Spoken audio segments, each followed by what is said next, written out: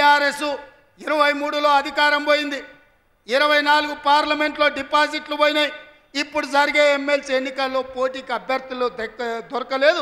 అదో దిక్కుమాలిన పార్టీ తండ్రో దిక్కు, కొడుకో దిక్కు, అల్లుడో దిక్కు, బిడ్డో దిక్కు, కాకుల్లాక వాడి పొడుసాలను చూస్తున్నారు.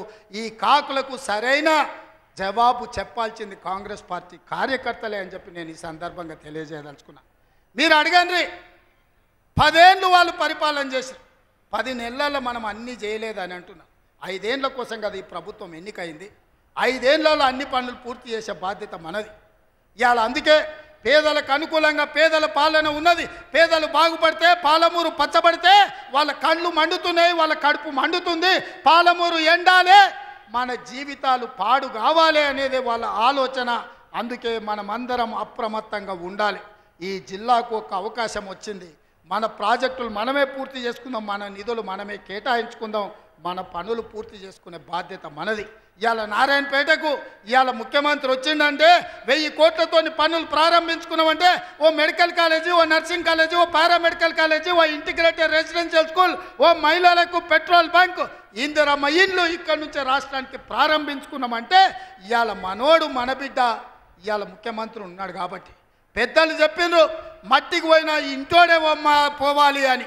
ఇవాళ తెలంగాణ రాష్ట్రానికి మీ బిడ్డ ముఖ్యమంత్రి ఉంటే వాళ్ళ కడుపు మండుతుంది, కళ్ళల్లో నిప్పులు పోసుకుంటారు. ఇవాళ మన మధ్యలో పంచాయతీలు పెట్టాలని చూస్తారు, మన ప్రాజెక్టులు ఆపాలని చూస్తారు. అందుకే ఈ ప్రాంతంలో వచ్చే పరిశ్రమలైన సాగునీటి ప్రాజెక్టులకైనా భూసేకరణను అడ్డుకోకండి. మీకు నష్టపరిహారం అధికంగా ఇచ్చే బాధ్యత మాది. మీరు కొత్త ప్రాజెక్టులు, కొత్త భూములు కొనుక్కోండి, కొత్త ప్రాజెక్టులు కట్టుకోండి. 10 లక్షలు కానీ అవసరమైతే భూములు పోయేటోళ్ళకి 20 లక్షల రూపాయలు ఇప్పించే బాధ్యత నాది. మీ బిడ్డ ఉన్నాడు ఇక్కడ, మీ సోదరుడు ఉన్నాడు. మీరెవ్వరు బాధపడకండి, కన్నీళ్ళు పెట్టుకోకండి. ప్రభుత్వ ఖజానా నుంచి మన జిల్లాకు నేను ఈరోజు నిధులు ఇస్తా. మా అనిరుద్ధ్ రెడ్డి ఉన్నాడు, ఈరోజు ఉదండాపూర్ ప్రాజెక్టు గురించి చెప్తున్నాడు. ఖచ్చితంగా ప్రాజెక్టు సమస్యను తొందరలోనే పరిష్కరించే బాధ్యత నాది. నష్టపరిహారం ఇచ్చే ఉదండాపూర్ ప్రాజెక్టును పూర్తి చేసి రైతుల్ని ఆదుకునే బాధ్యత నేను తీసుకుంటా. ఇవాళ మీ కష్టాలు తీరవకపోతే, మీ సమస్యల్ని పరిష్కరించకపోతే మీ బిడ్డ తెలంగాణ ముఖ్యమంత్రిగా ఉండి ప్రయోజనం ఏందని నేను మిమ్మల్ని అడుగుతున్నా. సంపూర్ణమైన విశ్వాసం పెట్టుకోండి.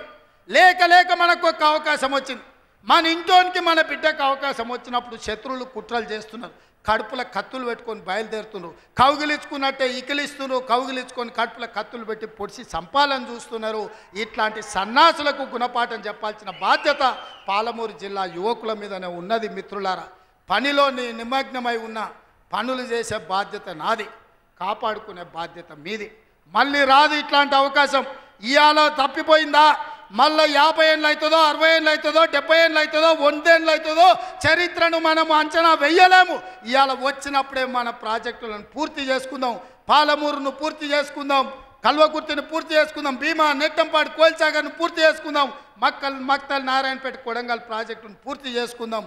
కొడంగల్లో పరిశ్రమలు తెద్దాం, మన ప్రాంత నిరుద్యోగ సమస్యని పరిష్కరిద్దాం. మీరందరూ అండగా నిలబడాలి. ఈ ప్రాంతాన్ని అభివృద్ధి చేసే బాధ్యత నాది. మళ్ళొక్కసారి సూటిగా కిషన్ రెడ్డి గారికి, బండి సంజయ్ గారికి, కేసీఆర్ గారికి, కేటీఆర్ గారికి నేను సవాల్ విసురుతున్నా.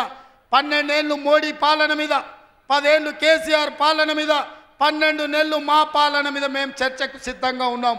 నేను మా సోదరుడు దామోదర్ రాజనరసింహ గారు మేము చర్చకు వస్తాం. తారీఖు చెప్పండి, ఏ సెంటరో చెప్పండి, ఏ సెంటర్ అయినా మేము తయారు.